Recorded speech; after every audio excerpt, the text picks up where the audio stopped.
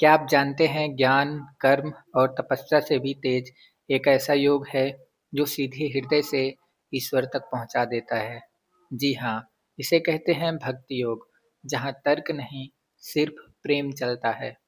नमस्कार साथियों, आज हम बात करने वाले हैं उस योग मार्ग की जो इस इंसान को साधारण से दिव्य बना देता है। भक्ति योग एक ऐसा पथ जहाँ कोई नियम बाध्य नहीं, कोई जटिल साधना आवश्यक नहीं, बस एक निर्मल प्रेम और सच्चा समर्पण चाहिए। यह वही मार्ग है जहाँ मीरा ने कृष्ण से मिलन पाया, हनुमान ने राम में अपना अस्तित्व खो दिया और सूरदास ने बिना आंखों के भी ईश्वर को देखा। भक्ति योग हमें सिखाता है कि भगवान को बुद्धि से नहीं, भावना से पाया जाता है। अगर आपका मन लगातार भटकता है, अगर आपको शांति नहीं मिलती, अगर आप ईश्वर को महसूस करना चाहते हैं, तो आज की यह यात्रा आपके लिए है। चलिए शुरू करते हैं समझना भक्ति योग वास्तव में है क्या और क्यों इसे अध्यात्म का सबसे सरल और सबसे गहरा मार्ग कहा गया है। आपके मन में प्रश्न आ रहा होगा कि भक्ति योग क्या है। भक्ति योग आत्मा और परमात्मा के प्रेमपूर्ण मिलन का मार्ग है। यह वह साधना है जिसमें व्यक्ति अपने मन, भावनाओं, कर्म और जीवन को ईश्वर को अर्पित करता है। इसमें बुद्धि से ज़्यादा हृदय का महत्व है। यह योग हमें सिखाता है कि ईश्वर को पाने के लिए ज्ञान या तपस्या ही नहीं, एक निष्कपट प्रेम भी पर्याप्त होता है।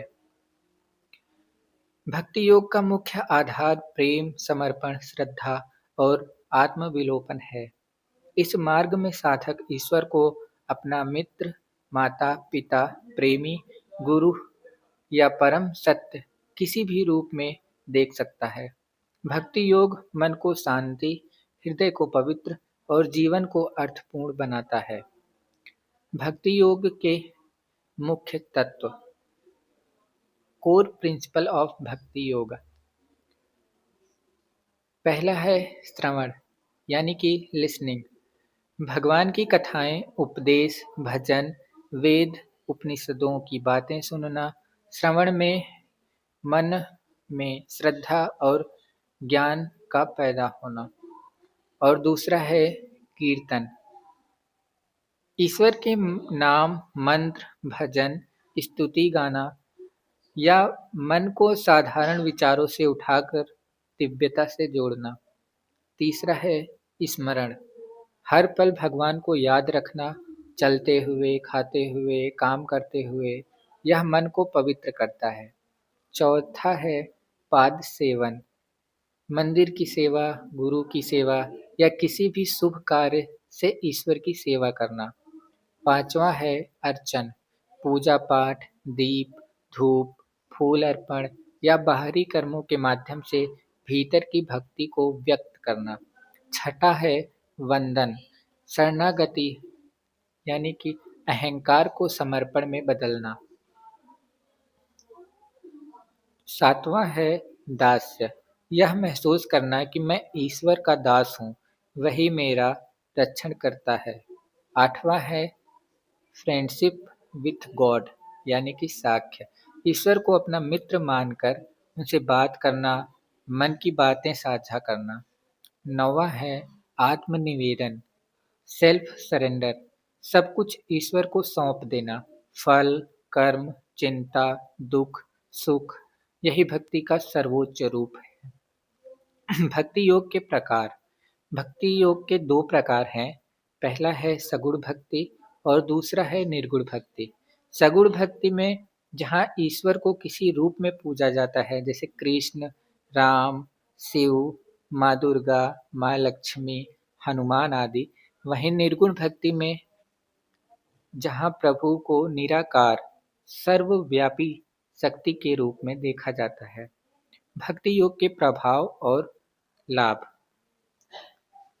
मन को शांति, भक्ति मन के अशांत विचारों को शांत कर देता है, तनाव और भय को खत्म करता है।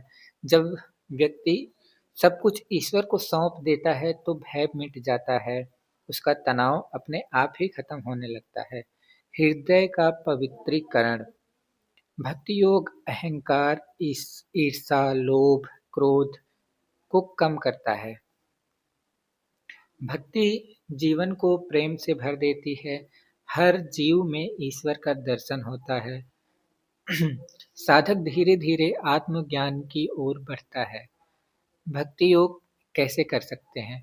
रोज 5 से 10 मिनट मंत्र जाप करें, भजन सुनना और गाना, ईश्वर के साथ बातचीत करना, कर्मों को भगवान को समर्पित करना, सत्संग, गीता, रामायण, श्रीमद् भागवत पढ़ना, अहंकार कम करना, सेवा करना। भक्ति योग का अंतिम लक्ष्य ईश्वर के प्रति ऐसा प्रेम विकसित करना जो सांसारिक परिस्थितियों से परे हो, जहाँ साधक कह सके, तुम ही मेरे आराध्य हो, तुम ही मेरे सहारे हो। आखिर में भक्ति योग व्यक्ति को मुक्ति, आनंद और शांति की ओर ले जाता है। तो साथियों, यही है भक्ति योग का वास्तविक अर्थ। एक ऐसा मार्ग जो जीवन को सरल बनाता है, मन को शांति देता है और आत्मा को ईश्वर से जोड़ता है।